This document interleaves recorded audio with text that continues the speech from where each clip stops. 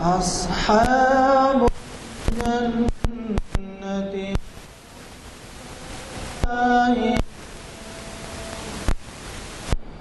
لو أنزلنا هذا على جبل لرأيته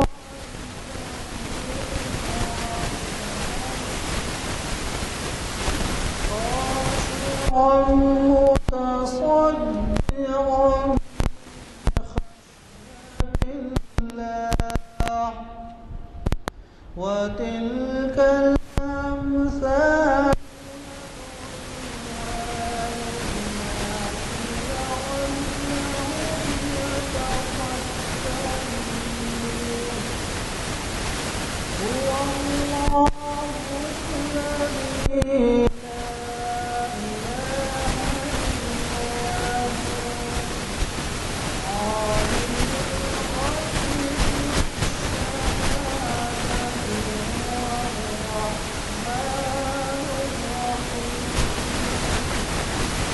الله العظيم.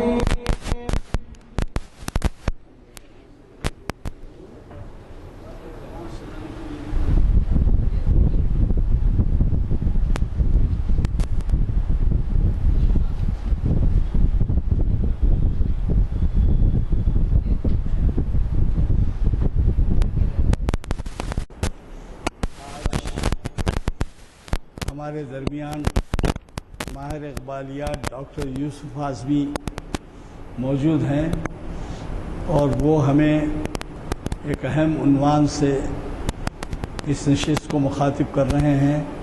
عنوان مسدس حالی اور جواب شکوہ پر ایک نظر.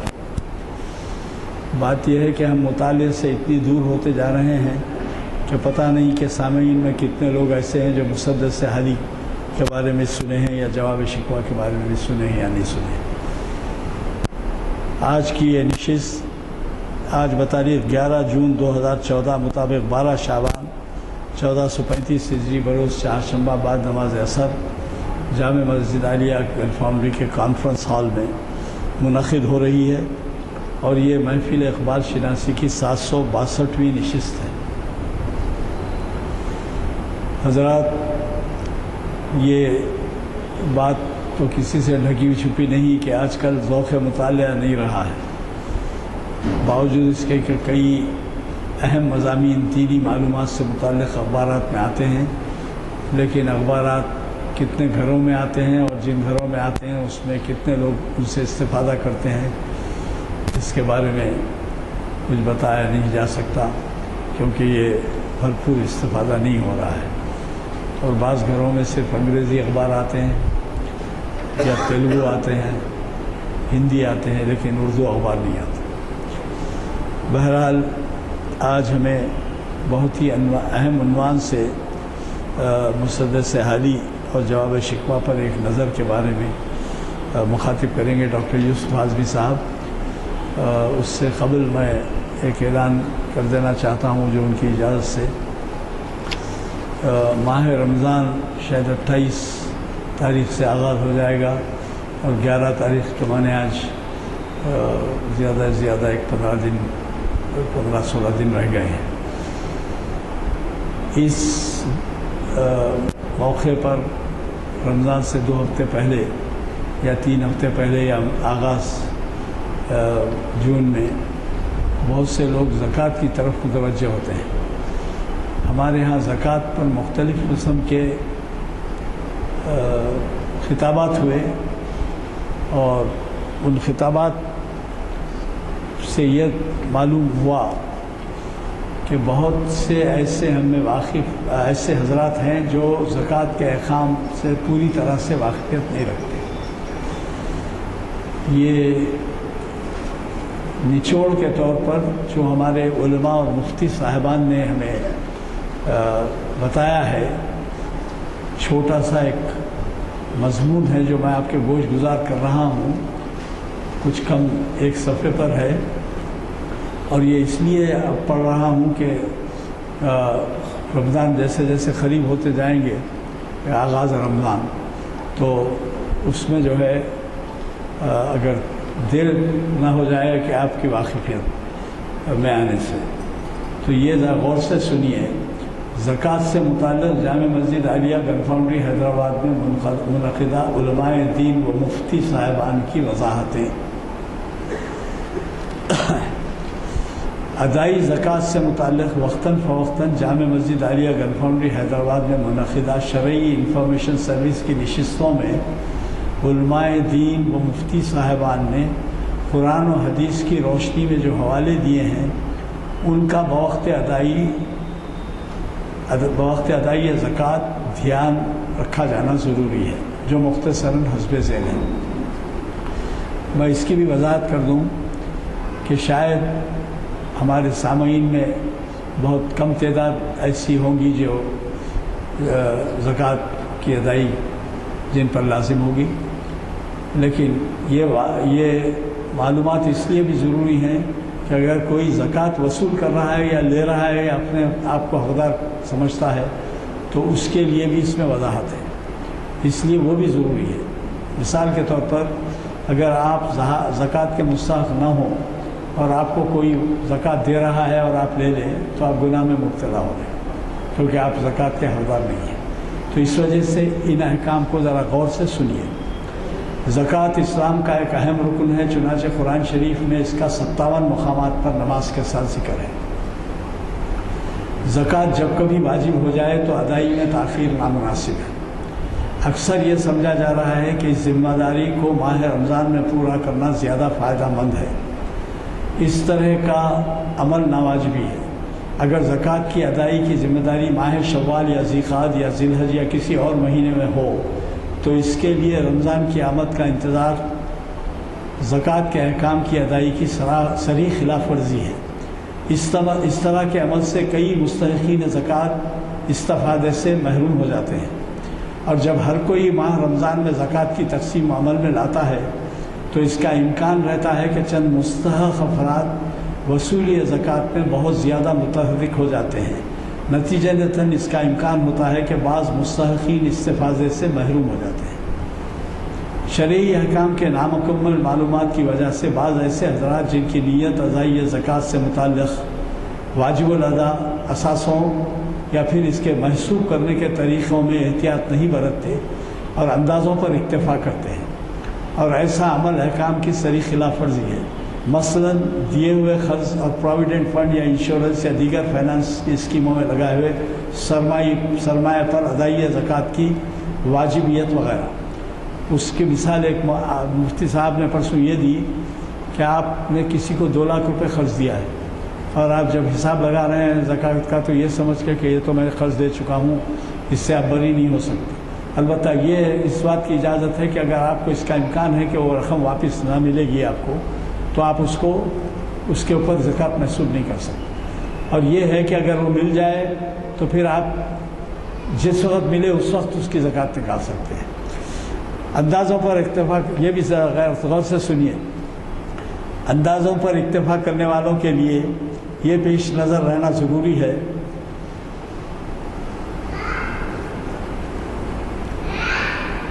اندازوں پر اکتفا کرنے والوں کے لیے یہ پیش نظر رہنا ضروری ہے، یعنی اندازوں سے مراد کچھ بھی ایک رقم نکال دے رہے ہیں اور یہ بول رہے ہیں کہ یہ زکوٰۃ دے رہا ہوں میں، حساب کتاب نہیں کرتے اور صحیح رقم کا تعین نہیں کرتے، تو اندازوں پر اکتفا کرنے والوں کے لیے یہ پیش نظر رہنا ضروری ہے کہ نماز کے اوقات کی پابندی، روزوں میں اوقات سحر اور افطار کی پابندی، ایام حج میں تواریخ کی پابندی، احکام قربانی میں تاریخ اور ایام کی پابندی جس طرح ضروری ہے، اسی طرح زکوٰۃ کی ادائی کے احکام پر بھی کاملاً عمل ضروری ہے، وگرنہ خاطی حضرات اچھی طرح سمجھ لیں کہ مذکورہ مسائل میں عدم توجہ پوچھ کا باعث ہو گیا۔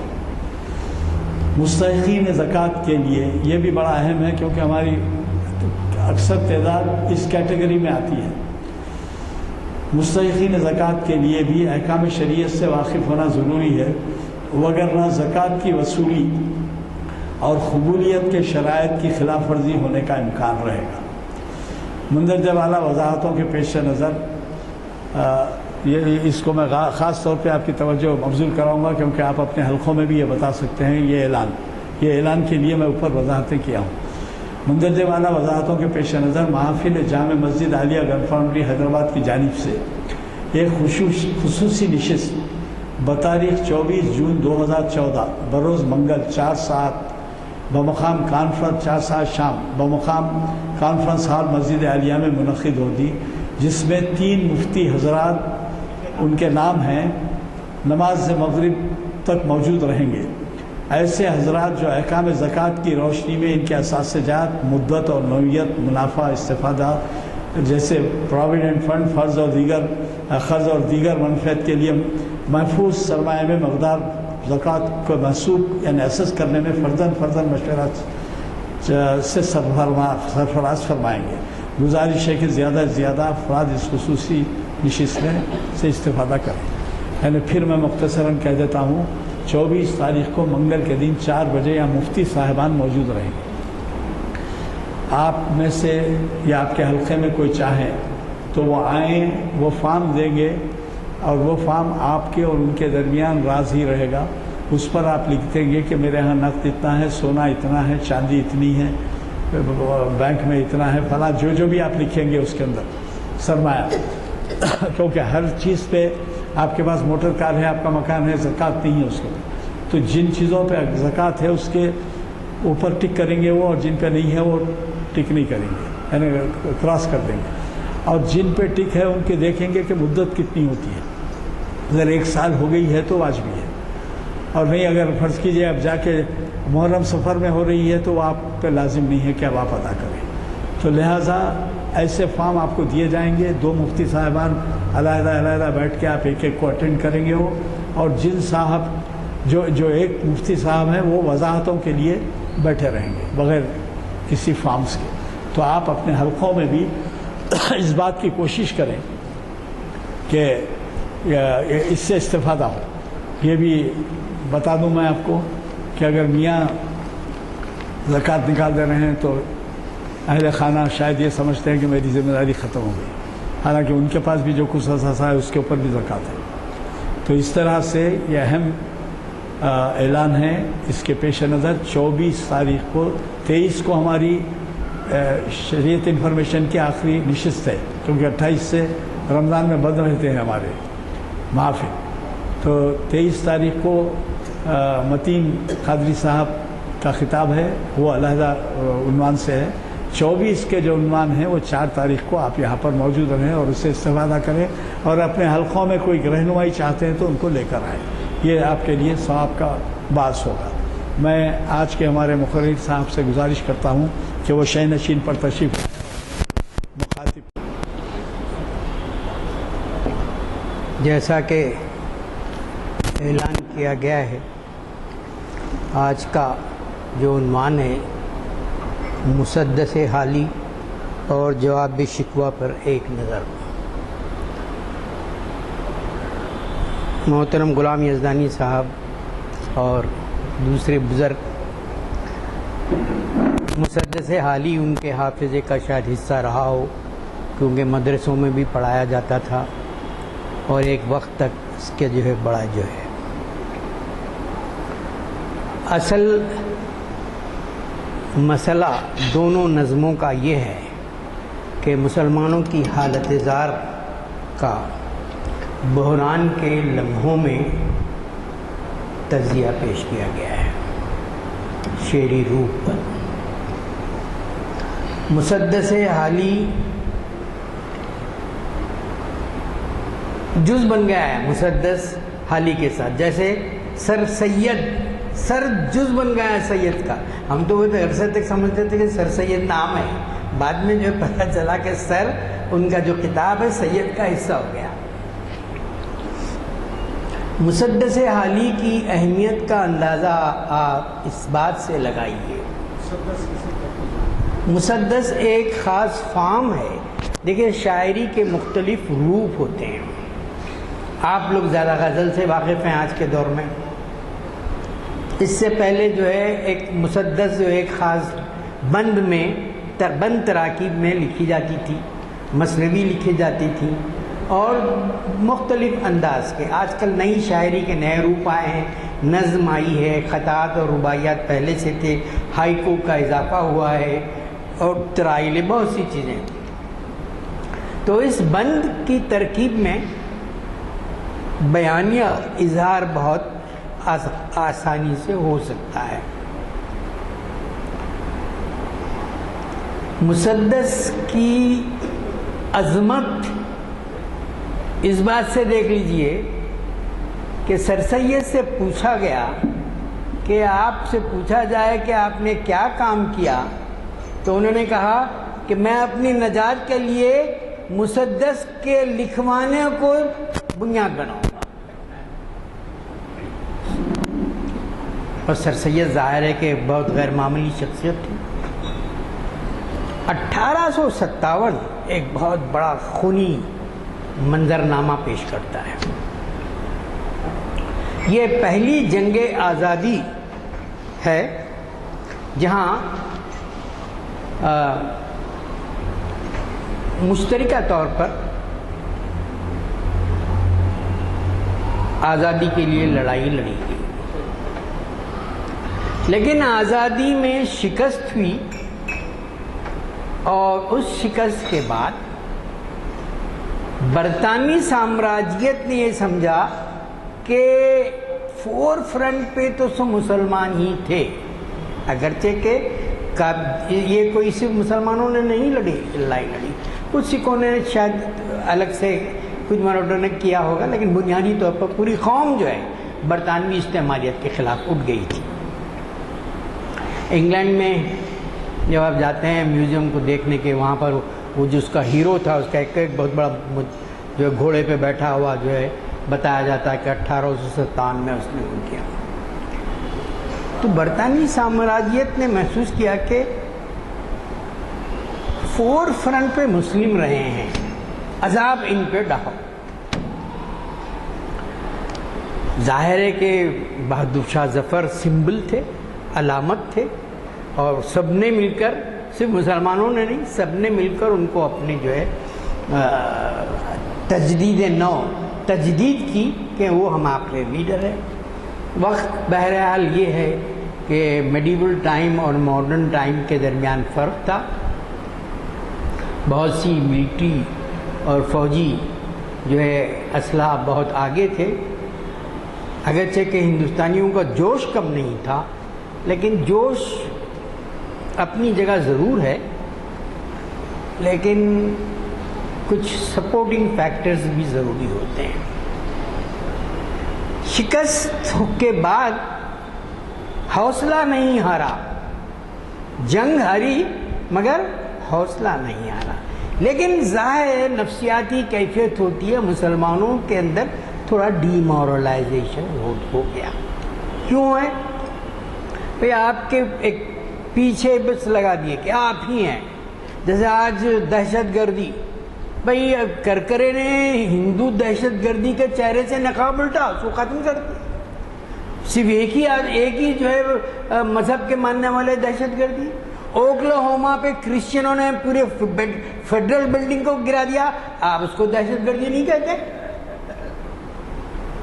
تو دہشت گردی کے تعلق سے ایک تیلگو شاعر نے کہا کہ مسلمانوں کے پاس ایمبریونک اسٹیج میں جب بچے پیدا ہوتے ہیں اندر، ابھی کوک سے باہر نہیں آتے، اسٹیمپ لگا دیا جاتا ہے کہ یہ دہشت گرد ہے.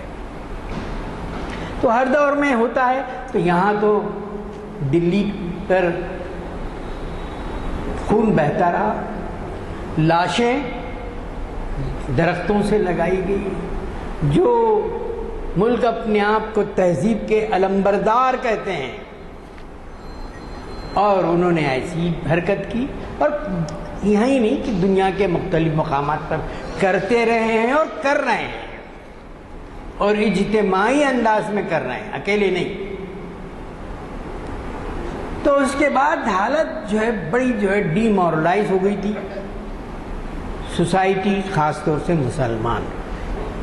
اب جو نیا آرکائیول مٹیریل سامنے آیا ہے، کیونکہ آرکائیوز پہ کچھ تحدیدات ہوتی ہے، 30-40 کے، 40 سال کے، 50 سال کے، اس طرح کی چیزیں. اب وہ سارے مرحلے ختم ہو گئے تو انگریزوں نے دانستہ طور پر ہندو اور مسلمانوں کے درمیان خلیج پیدا کرنے کے لیے کیا کیا جو ہے طریقے، کیا کیا ہتھ کنڈے اپنائے، وہ سامنے آ گئے ناموں کے ساتھ کہ اس آفیسر نے ایسا کیا، اس آفیسر نے کیا، ان کو وہاں بھیجایا گیا تھا. پھر اس کے بعد ان کی تبدیلی کر کے جو ہے ایک ہندو ریوائولسٹ کا سمبل بنا دیا گیا اس کو. بہت سی چیزیں سامنے آئی ہیں. مسلمانوں پر جو ہے ظاہر ہے کہ مغلیہ سلطنت کے زوال کے بعد، اب مغلیہ سلطنت کا زوال کیوں ہوا اس کے الگ وجوہات ہیں. قوموں کے عروج و زوال کے ساتھ تعلق سے قرآن نے واضح اپنی بات کی ہے کہ ہم اس وقت تک قوموں کی تقدیر نہیں بتائیں، ان اللہ لا تغیروا پوری آیت ہے، جب تک کہ ان کے اندر خود اپج نہ ہو. مطلب یہ ہے کہ خدائی قانون ہے کہ خود انسان کے اندر جس کو جو ہے آٹونمی دی گئی ہے، جس کو خلیفۃ فی الارض کہا گیا ہے، وہ پیدا ہو. ورنہ خدا کو جو ہے عبادات کی کیا ضرورت تھی؟ اگرچہ کہ عبادت کا مفہوم بہت محدود معنی میں نہ لیا جائے. زندگی کی وہ ہر حرکت جو آپ خدا کے ساتھ جوڑتے ہیں وہ عبادت ہے. تو اس کے بعد مغلیہ سلطنت، وقت کی تبدیلی، سامراجیت کے اثر. آپ دیکھیے کہ سامراجیت نے اپنے پنجے گاڑ دیے تھے افریقہ پر، ایشیا پر اور دوسری. اس میں جو ہے تاجر بن کے آئے تھے جہانگیر کے زمانے میں. ایسٹ انڈیا کمپنی 1857 کے بعد ملکہ برطانیہ، شہنشاہ برطانیہ کے جو ہے زیر اثر پورا علاقہ آ گیا. تو برطانوی سامراجیت کا جو زیادہ عذاب ہوا وہ مسلمانوں پر، کیونکہ یہ سمجھتے تھے کہ یہی بے بنیادی طور پر ان کے قائدانہ رویوں کی صلاحیتوں کی وجہ سے پورے ملک میں ایک جو ہے ابال پیدا ہو گیا. اس کو نام غدر دیا گیا، اور ہمارے مورخ بھی غدر لکھتے تھے، بغاوت. حالانکہ آپ کی پہلی جنگ آزادی ہے وہ، تو آپ کو اپنی نظر سے ہی گرا دیا گیا. آپ کے پاس ایسی چیزیں دی گئی کہ آپ اس انداز سے دیکھیں. یعنی غدر مطلب یہ کہ برطانوی سامراج کے خلاف بغاوت، حالانکہ وہ پہلی جنگ آزادی ہے. بہرحال اس کے بعد ہوا یہ کہ ہوتا ہے ڈی مورلائزیشن ہوتا ہے. اس میں یہ نہیں کہ جو ہے کتنا بھی آپ کے کنوکشن ہو، جیسے حیدرآباد میں پولیس ایکشن کے بعد ہوا. ظاہر ہے کہ the so called police action, basically it was a military action.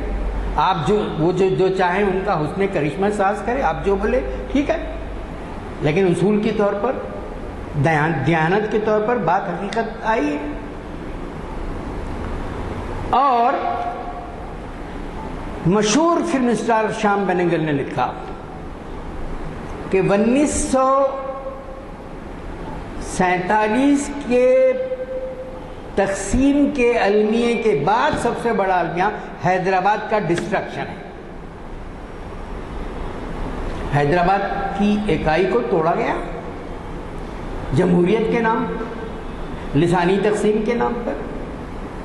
حالانکہ فضل علی کمیشن نے جو ہے روکا تھا، مولانا ابوالکلام آزاد روک رہے تھے پہلا، لیکن نہرو نے تقسیم کے وقت بھی بڑی سیاست اپنی چلائی، اور یہاں بھی جو حالات سامنے آتے ہیں تو ہوتا ہے ڈیمورلائزیشن. یہ کہہ رہے کہ مسلمانوں کی جو ہمت ہر قوم کی ٹوٹ سکتی ہے، کمزور ہو سکتی ہے، لیکن کچھ عرصے کے لیے. اگر یہ مستقل وتیرہ بن جائے تو پھر زوال کے سوا کچھ نہیں ہے.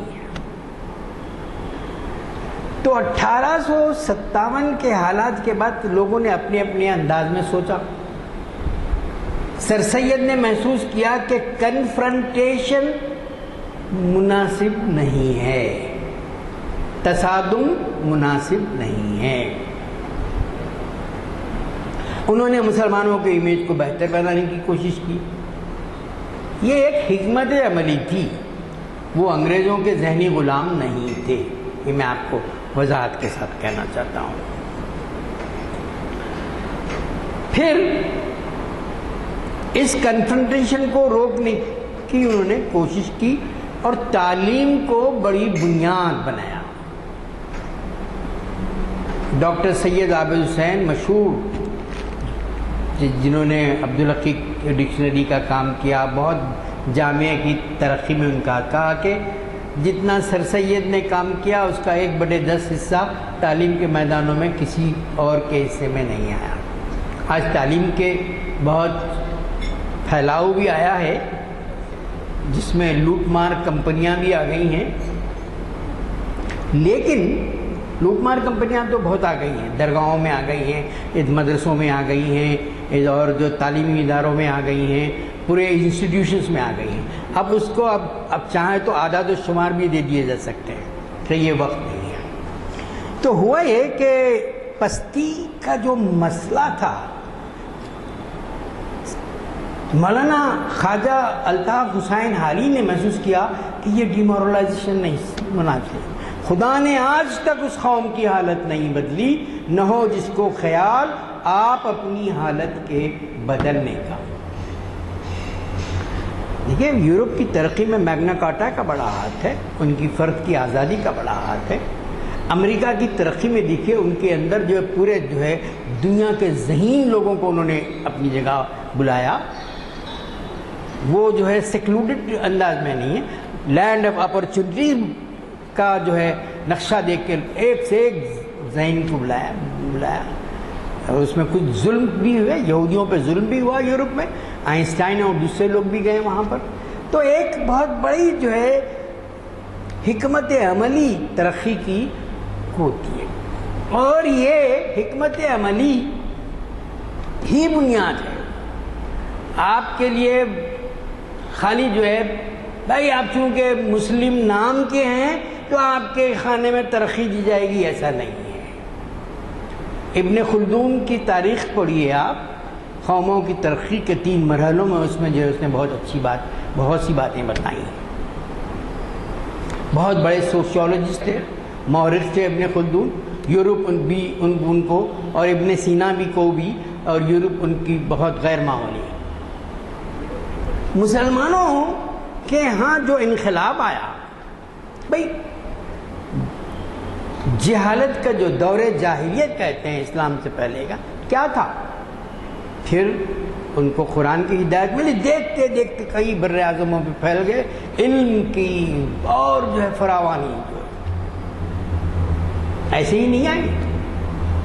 تدبر کرو کہا گیا ہے، فکر کرو، فکر کی راہیں روشن کی گئیں، جستجو کی مشعلیں جلائی گئیں، تب اسپین کی درسگاہ یورپ کے لیے بنیاد بنی، بڑے سے بڑے لوگ وہاں سے پڑھ کے نکلے۔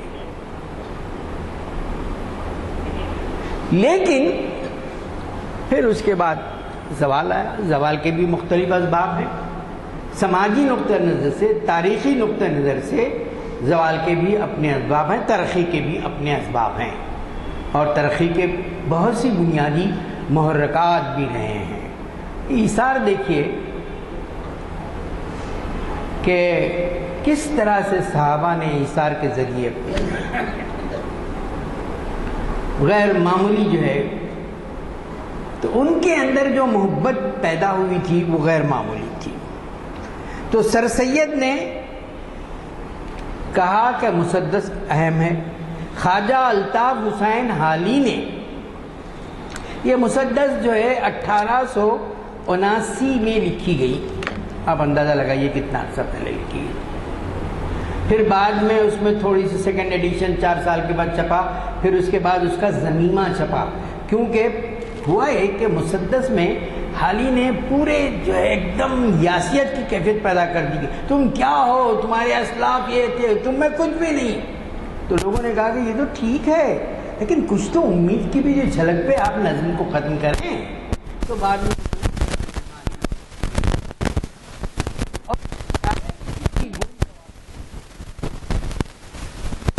رسوا اور جواب شکوا دو ایک کڑیاں ہیں ڈرامائی انداز میں. تو خواجہ الطاف حسین علی غیر معمولی شخصیت اور شیخ العلماء کہلائے جاتے تھے. سر سید غالب سے انہوں نے فیض حاصل کیا تھا اور ایک سوانح نگار کی حیثیت سے اہم مقام ہے. یادگار غالب لکھا، حیات جاوید لکھا، سر سید کے میں اور بہت مستند قسم کی چیزیں. اس کے علاوہ ادب میں بھی ان کا مقام ہے، اگرچہ زیادتی بھی کی انہوں نے. ادب میں کیا ہے؟ مقدمہ شعر و شاعری پہلی بنیادی تنقید کی کتاب کہی جاتی ہے جس نے تنقید کی نئی راہوں کو پکڑا. غزل کے پیچھے پڑے میں صحیح کہا. پھر اس کے بعد اخلاق سے دور ہے شاعری کہا. پھر اس کے بعد شاعری جامع واجبی نقطہ نظر سے، جیسا شمس الرحمن فاروق نے کہا، ان کو جتنی انگریزی آتی تھی انگریزی ادب کے حوالے دے کر بتایا کہ آپ کے اتنے ہو. تو اسی انتہا پسندی کا بھی شکار ہو گئے، شاعری کا ذکر کرتے اور اس کو نے سنڈاس سے تجویز دی. فحش کلامی اپنی جگہ کہیں نہ کہیں تھی، لیکن یہ طریقہ کار مولانا علی کا غلط تھا. کیونکہ اور خود اقبال نمی جو ہے اسرار خودی میں حافظ پہ جو تنقید کی وہ بھی غلط تھی. دیکھیے ادب جو ہے مسرت سے بصیرت تک کا ایک سفر ہے. خالی آپ ایک وائس کی جو ہے باتوں کو اگر جو ہے انسانی تجربوں سے جوڑے بغیر کریں گے تو وہ شاعری نہیں بنتی. مسرت بھی شاعری کا انسان کے جذبے کا حصہ ہے. دونوں نے مولانا اقبال نے بعد میں وہ اسرار خودی پھر غیر معمولی جو حافظ جو ہے گوسفند کا الزام لگا کے کیا تھا نکال دیا، کیونکہ ظاہر ہے کہ حافظ کے چاہنے والے بہت زیادہ تھے. اور اس کے علاوہ خود اقبال نے اعتراف کیا کہ حافظ کی روح مجھ میں حلول کر گئی ہے. میں نے ادبی اصول کے طور پر یہ بات کہی، ادبی اصول صرف مقصدیت نہیں ہوتا، مقصدیت کو آپ بنیاد ضرور بنائیں، لیکن یہ کہنا کہ وہ شروعات وہی ہے منزل وہی ہے نہیں ہے. اس کا سوشل سگنیفیکنس ادب کا اپنی جگہ ہے، شاعری کا اپنی جگہ ہے، لیکن شاعری کا دائرہ بہت وسیع تر ہے. جیسے اقبال نے کہا کہ فلسفہ انسان کو بوڑھا بنا دیتا ہے، شاعری جوان رکھتی ہے. تو انسانی جذبوں کی تطہیر کا نام بھی ہے. ہمارے دو بڑے بزرگ ہیں، بزرگ اب بھی اپنی غلطیاں کر سکتے ہیں، اس حقیقت سے کا اعتراف کرنا چاہیے ورنہ وہ بت بن جائیں گے. جو بت میں نے تراشے ہیں پرستش ان کی ہوتی ہے، مگر مجھ کو مذاق بتگری سے کچھ نہیں ملتا. نشہ ملتے ہیں راہوں کو، نظر ملتی ہے جلووں کو، مگر شمعوں کو اپنی روشنی سے کچھ نہیں ملتا. تو ایک بات مسدس حالی میں ایک بات ہے کہ بڑی سادگی کے ساتھ ہے، پرکاری ہے اس کے اندر، عروج زوال کی داستان ہے. دلچسپ بات یہ ہے کہ وہ غالب کے شاگرد حالی، لیکن تتبع کیا انہوں نے میر کو، انہوں نے لکھا بھی. اور وجہ کیا ہے؟ غالب کی شاعری کا پورا انداز فلسفیانہ اور پورا جو ہے فارسی آمیز. اردو ایک نئے روپ میں جلوگر ہو رہی ہے اور اس کا صحرا دکن کے نام پہ ہے. اور ولی جب یہاں سے گئے دہلی کو، درد سودا سب لوگ جو ہے اردو کے کو اپنے اس سے اپنائے. تو وہاں ورنہ جو ہے پرشنائز جو ہے رائٹنگز کو بہت بڑا فخر سمجھا جاتا تھا. ولی نے جو گجرات سے آئے تھے حیدرآباد میں رہے پھر دلی گئے، بہت بڑا اثر ڈالا. امیر کی بھی جو شاعری ہے خالص ساز پیور اردو کے اندر ہے، غالب اور اقبال کی شاعری نہیں ہے. کہیں کہیں غالب کے جو ہے اقبال کے مصرے تو پورے ایسا لگتا ہے کہ فارسی میں ایک آدھ لفظ کوئی اردو کا بھی آ گیا ہے. ہر ایک اپنا مزاج بھی رکھتے ہیں، دور بھی ہوتے ہیں سمجھ. جیسے دارالترجمہ یہاں قائم کیا، غیر معمولی کام کیے، بہت بڑا کام، بڑی سے بڑی کتابیں. ڈاکٹر چنا ریڈی میڈیسن انہوں نے اردو میں پڑھی، لیکن ایسے لوگ حاوی تھے جو پرشنائز عربک ورڈز کے آلے مکبر الصوت، اس کا نام کیا ہے آلے، ایسی ترجمے کیے. اور صدر شعبہ تھے اردو کے وحید الدین سلیم نے کہا کہ زبان کے فطری بہاؤ کو اس طرح نہیں کرنا چاہیے ورنہ مقبول نہیں ہوگی. وہی ہندی والوں نے کر دیا. اور نہرو بولتے تھے جب کہ ارے یہ تو ہندی کی بلیٹن مجھے سمجھ میں نہیں آتی، یہ تو جناتی زبان ہے. تو انتہا پسندیاں دور ٹائم ڈسٹینس میں کوئی فائدہ نہیں دیتی. تو بہرحال ان کی جو اردو ہے وہ میر سے قریب ہے، لیکن میر بہت بڑے شاعر تھے، ان کے اندر اتنا بڑا سود و گداز کا پہلو نہیں. لیکن یہ جو لکھا ہے انہوں نے مصدق، اس کے اندر درد کی جو ہے پوری پرچھائیاں آپ کو ملتی ہیں. بہت طویل عرصے کے بعد 1913 میں اقبال نے شکوہ اور جواب شکوہ کے جو 1911 سے لے کے جو ہے لکھا. ظاہر ہے کہ اسٹرکچر آپ دیکھیں تو مسدس کے پرچھائیاں اس پر نظر آتی ہیں. شکوے کے اندر جو ہے شکایت ہے کہ اے خدا تو دوسروں پہ بہت مہربان ہے، وہ بھی گنہگار ہیں اور ندیوں کے کنارے شراب پیتے ہیں، لیکن ان پر مہربان ہے. اور برف گرتی ہے تو بیچارے مسلمانوں پر. اور شکوے میں انہوں نے کیا لکھا؟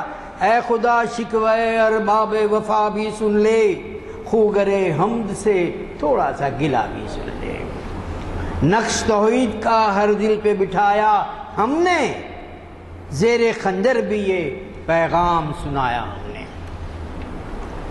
صفحہ دہر سو باطل کو مٹایا ہم نے، اور نوع انسان کو غلامی سے چھڑایا ہم نے.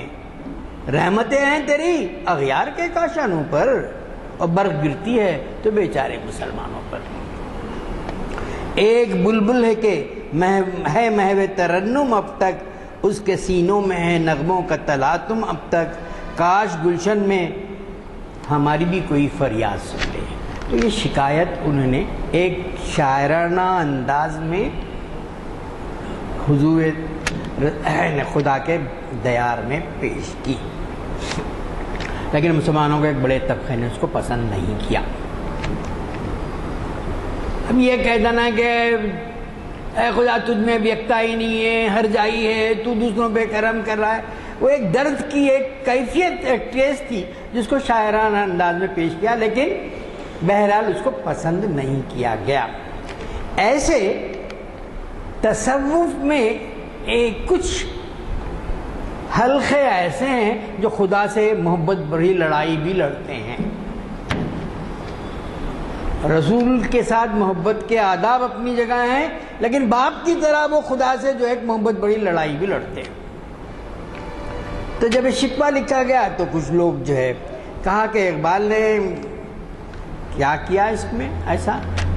اور فلم گیت نگار شکیل بدایونی، جنہوں نے مغل اعظم اور بہت سے گیت اور نوشاد کے ساتھ بہت اچھا ان کا ایک میل جول تھا، لکھا کہ حالی نے زبان سے کچھ نہ کہا، اقبال شکایت کر بیٹھے.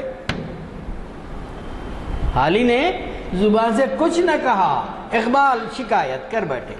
اور ظاہر ہے کہ اقبال کو یہ بات کھل رہی تھی کہ شاید ان کے ذہن میں پہلے سے اسٹرکچر بھی رہا تھا ہوگا. جیسے مسدس حالی میں ابتدا میں جو ہے ڈی مورلائزیشن آف مسلم سوسائٹی کا ذکر کیا گیا، جب لوگوں نے کہا تو چند سال بعد کے زمیمہ بھی لکھا، اس کے اندر امید کی کرن بھی دکھائی. تو دوسری جو ہے بار انہوں نے دو سال کے وقفے کے بعد جواب شکوہ لکھی. جواب شکوہ ایک ایسی نظم ہے جو ڈرامائی کیفیت رکھتی ہے. مثلا یہ کہ جواب شکوہ دراصل جواب ہے شکوے کا، لیکن الوہی آواز میں خدا کی طرف سے. شاعر نے ایک جو ہے ڈرامائی انداز میں بتایا، الوہی جو ہے روپ میں، کہ تمہارا شکوہ کچھ شکر بھی ہے اور شکایت بھی ہے. ابتدائی ڈرامے میں بڑی اقبال نے بہت ہی وہ پیش کی کہ یہ کہاں سے آ رہی ہے آواز. کہکشاں کہہ رہے ہیں کہ یہاں کہیں قریب ہے، پھر چاند بول رہا ہے کہ نہیں کہیں دوسری جگہ ہے. پھر جو ہے ہر ایک کو ایک ڈرامائی کیفیت انہوں نے پیش کی کر کے کہا کہ کوئی نہیں سمجھے میری آواز کو، شکوے کو شاعر کی. سمجھا تو رضوان نے سمجھا، کون رضوان؟ جنت کا داروغہ، کیونکہ وہیں سے تو انسان کو نکالا گیا۔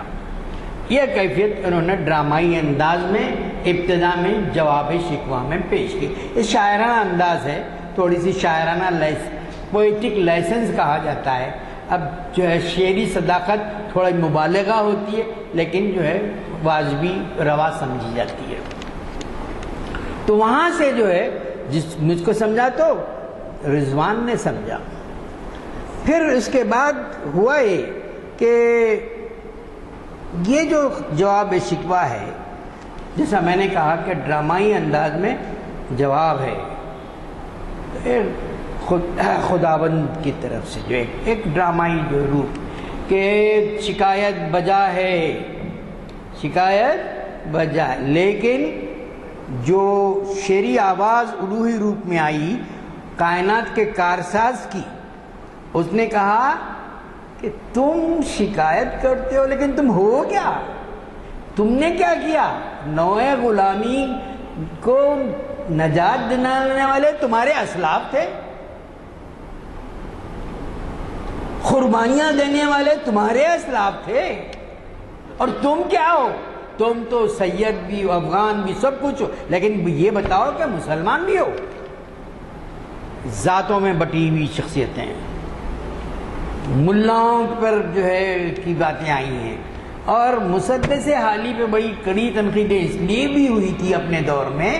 بعد میں سبھی نے جو ہے مقبولیت کے پرچم بلند ہونے کے بعد وہ کیا، دھجیاں اکھیڑ دی مولوی صاحبان کی، اور پھر ان درگاہوں کی جہاں استحصال کیا جاتا ہے، ان اداروں کی جہاں، تو یہ اقبال اور حالی ایسے لوگ اور سر سید یہ فتووں کی فیکٹریوں سے بہت دور ہیں۔ فتووں کی فیکٹریاں بنتی ہیں، گن فاؤنڈری میں کبھی جو ہے بنتی تھی، اور اب تو جو ہے گن فاؤنڈری جو ہے ایک دوسرا ہی روپ ہے۔ تو اس طرح سے جو ہے ان دونوں نے، لیکن ان دونوں کے احسانات ہیں کہ قوم کو بتایا، مرض تشخیص کی، کہیں نشتر لگایا، کہیں مرہم رکھا زخموں کا۔ تو اقبال نے یہ بتایا کہ حالات کچھ ایسے ہیں کہ برق گرتی ہے بیچارے مسلمانوں پر۔ جواب شکوہ میں نو انسانی کو غلامی سے نجات دینے والے تم نہیں، تمہارے اسلاف تھے۔ حضرت ابوبکر صدیق کا جو ہے کی صداقت، حضرت عمر کا عدل، عثمان کی حیا، حضرت عثمان رضی اللہ تعالیٰ کی، حضرت علی کی شجاعت، یہ وہ بنیادی ہیں جس پر جو ہے وہ آگے بڑھا قافلہ۔ قافلہ کیسے آگے بڑھا؟ مراکش میں رافع نے گھوڑے کو سمندر میں ڈال کے کہا، اے خدا تیری زمین یہاں ختم ہو رہی ہے، ورنہ میں آگے تک اور چلا جاتا۔ یہ استعارے بھی اس میں جو ہے آپ کو ان نظموں میں آپ کو ملتے ہیں کہ ان کے اندر وہ جذبہ تھا خدا کے واسطے۔ اب حضرت علی کی رضی اللہ تعالیٰ کے تعلق سے کہا جاتا ہے کہ کسی نے ان کے ساتھ لڑائی کی اور منہ پہ تھوک دیا، تو حضرت علی ایک دم اتر گئے، بولے، لوگوں نے پوچھا کیا بات ہے آپ اس کو؟ اب میں میرا شخصی بدلہ ہو جاتا تھا، خدا کے لیے نہیں۔ تو ان کے اندر اتنی لطیف قسم کی جو ہے حیثیت تھی کہ وہ خدا کے لیے کیا کام کر رہے ہیں اور اپنے لیے۔ یہ بہت بڑی جو ہے یعنی آج کے دور کے لیے حضرت عمر کا دور، حضرت اور خلفائے راشدین کے دور ایک بہت بڑا مثالی دور ہے، ورنہ آج تو سیاست جنگل کا معاشرہ ہے، آج تو سیاست خوریزی کا دوسرا نام ہے، اور جمہوریت کے نام پر سلطانی چلتی ہے، فسطائیت ہے، فیشزم ہے، اور اسٹیٹس کی دہشت گردیاں بھی ہیں۔ دہشت گرد کرنے والے ناقابل قبول ہیں۔ کیوں؟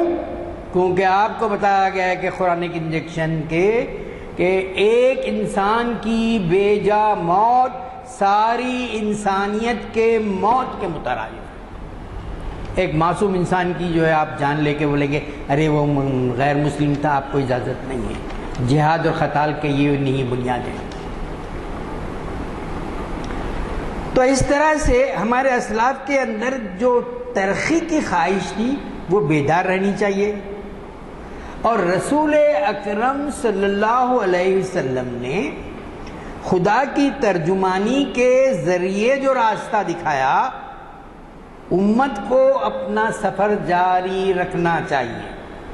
جواب شکوہ میں الوہی خدا کی آواز یہ جو ہے شعری روپ میں پیش کرتی ہے۔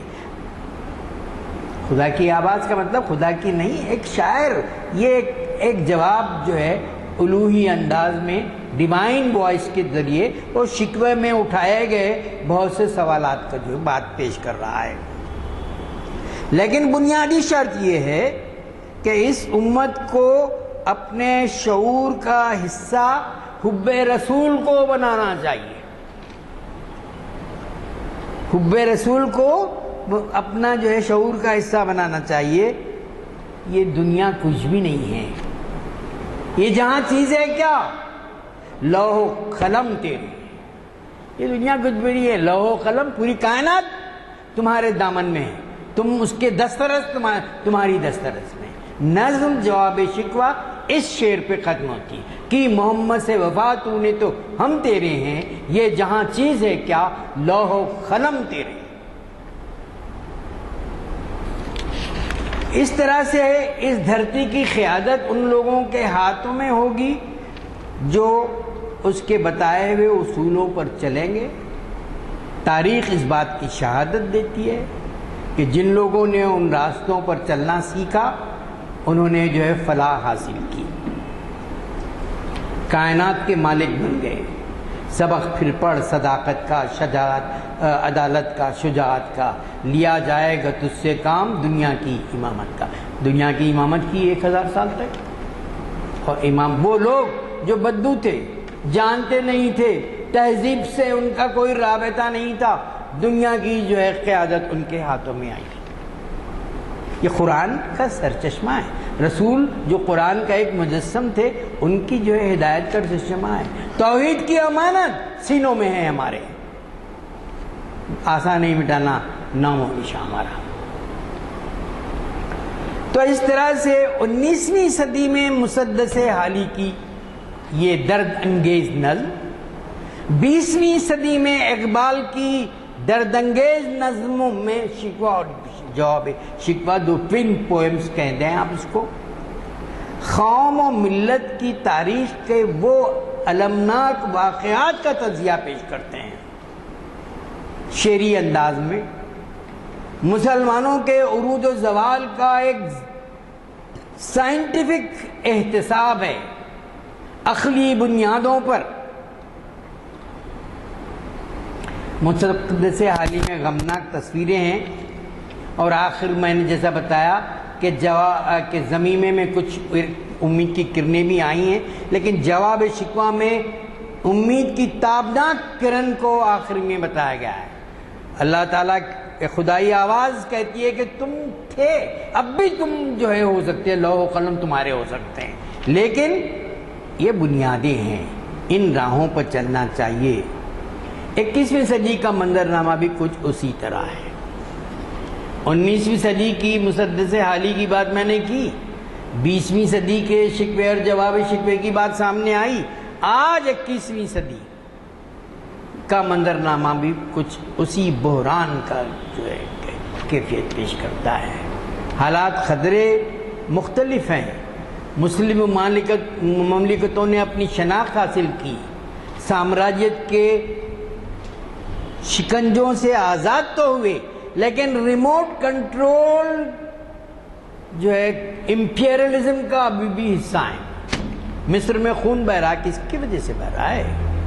جس نے جو ہے عوام کی تائید سے حکومت بنائی تھی، اس کو خود اسرائیلی لوگوں نے اعتراف بھی کیا، ان کا بھی آتا ہے، اور خود کہا جاتا ہے کہ بہت ہی بدنام زمانہ جو ہے، اور جس نے عراق کی پورے نقشے کو تیار کیا تھا، اور برطانیہ کا سابق وزیر اعظم وہ بھی شامل ہے، اور امریکہ بہادر بھی شامل ہے۔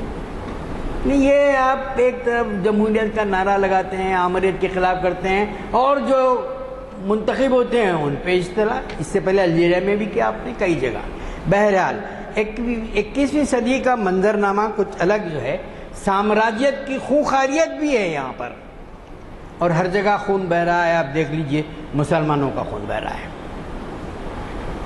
کیا یہ محسوس کرتے ہیں کہ آج کے دور کے چیلنج سسٹم کو چیلنج کرنے والے صرف مسلمان ہیں؟ شاید اندر جو ہے فرق کر رہا ہوگا کہ بھائی سوویت یونین ٹوٹ گیا، اب اس کی کمر ٹوٹ گئی. اور یہ جو پھیلے ہوئے ہیں پوری دنیا میں، ان کی بہت سی کمزوریوں کے باوجود ان میں وہ جراثیم ابھی موجود ہیں جو ایک نئے قسم کی جو ہے انقلاب کی بنیاد بن سکتے ہیں. تو جہاں کہیں ہو اپنے شکنجے میں، جہاں شکنجے میں نہیں ہے خون خرابہ، آپ دیکھ لیجئے عصری تاریخ کی بوجھ سے. اس طرح جمہوریت کی دہائی دینے والے ہر جگہ جو ہے مجرمانہ خاموشی کا شکار ہیں. آج سلطانیہ جمہور ہے بشمول ہندوستان، فیسزم ہے، ایک طرح کا نازیت بھی ہے کہ بس جو ہے اپنی جو ہے آمرانہ حرکتوں سے قوم کو جکڑ لو اور کس لو، اور عصبیتوں کا ایک سیلاب ہے. آپ دیکھ لیے کہ مارجنلائزیشن کتنا ہوا ہے مائنورٹیز کا. کہاں ہیں آپ؟ ایک ٹوکن آپ کی کہیں جو ہے ریپریزنٹیشن ہوتی ہے سینٹر میں. آندھرا میں تو ابھی کوئی ریپریزنٹیشن بھی نہیں ہے. خیر چلو یہاں تھوڑا سا بہتر ہوا، لیکن پچھلے جو ہے دور میں، اس سے پہلے کے لیجسلیچر میں ایک مسلم پورے نظام سرکار کے دور سے کہیں نہیں ہے. جاب نوکریوں میں دیکھیے، تعلیم میں دیکھیے، معیشت میں دیکھیے، تو ایک سسٹم آپ کا جو ہے ایسا ہے. تو اسی لیے اقبال نے کہا تھا کہ جمہوریت ایک طرز حکومت ہے کہ جس میں بندوں کو گنا کرتے ہیں، تولا نہیں کرتے. اب 12ویں کلاس کے کوئی شخص جو ہے اگر وزیر تعلیم بن جائے تو اس سے بڑھ کے عالمیہ کیا ہوگا؟ آپ ناچیں گے کہ یہ جمہوریت ہے. یہ جمہوریت نہیں ہے، جمہوریت کا مذاق ہے. آپ کے ساتھ جو ہے بندوں کو گننا کا تو آپ نے سیکھ لیا، لیکن تولنا نہیں سیکھا. آپ کے اداروں پہ ایسے لوگ ہونے چاہیے جو ان کو صحیح رہنمائی کر سکتے ہوں. جس کی جو بنیادیں جو نہیں سمجھ سکتے وہ کیسے ان انسٹیٹیوشن کے سربراہ ہو سکتے ہیں؟ تو بہرحال کہ آج بھی اس صورتحال کا سامنا ہے، لیکن بہت بڑی تبدیلی آئی ہے عوام میں. ایک تو موسم بہار عرب آیا تھا، لیکن اس کو ڈاواڈول کر دیا گیا، اس کو ٹارپیڈو کر دیا گیا، اور کیا کیا ہوا آپ سب لوگ بہتر جانتے ہیں. تو بنیادی طور پر عالم انسانیت کی تشکیل نو کے لیے صداقت، عدالت اور شجاعت کے ذریعے ہمیں اس دنیا کی اندھیری راتوں کو روشن کرنے کا آج بھی حوصلہ باقی رکھنا چاہیے. حالات چاہے کچھ خراب ہوں، لیکن ہمت سے کام لینا ہے، کیونکہ حزن اور مایوسی کو کفر قرار دیا گیا ہے. یہ صحیح ہے کہ انسان ان چیزوں کے سائے میں آ جاتا ہے، لیکن یہ عارضی پرچھائیاں ہونی چاہیے. حوصلہ ہمارے لیے ہر وقت رہنما ہونا چاہیے.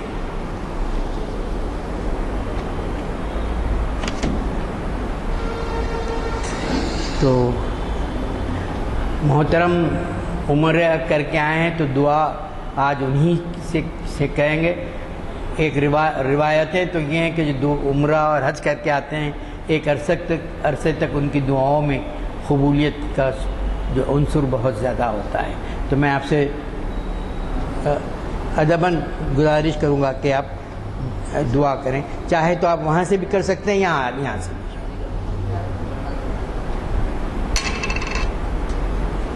ہیلو بابو شبیر، کیا بول رہے ہیں؟ پوچھو، دیکھو مائک لے لو، یہ لے لو، یہ لے لو.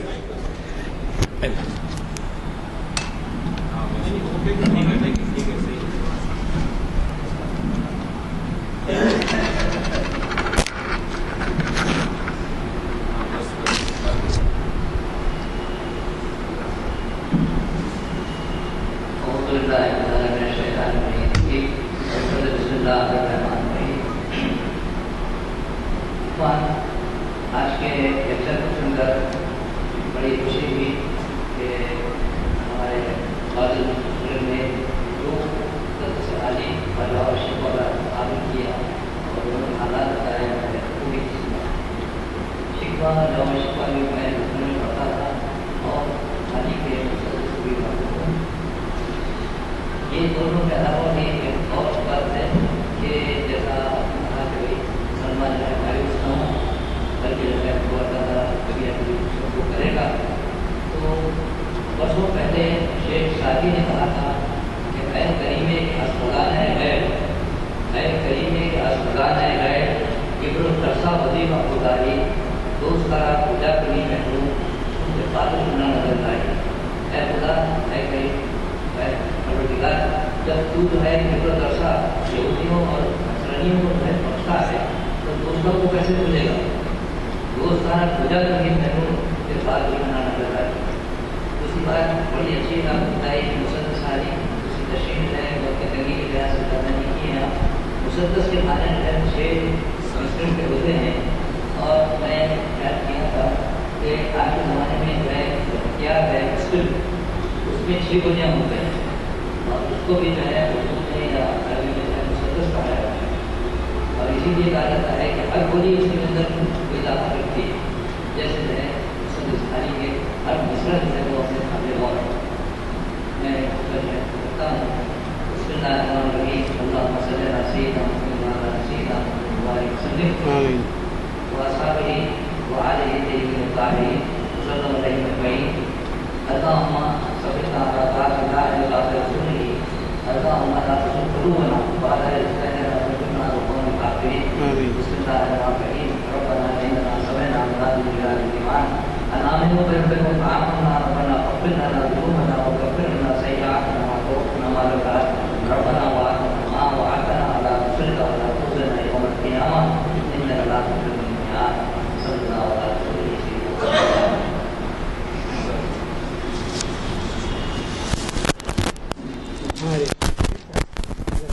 روم کھلوا دینا، روم باتھ روم کا کھلوا دیں، ذرا وضو وغیرہ وہیں کر لوں گا میں۔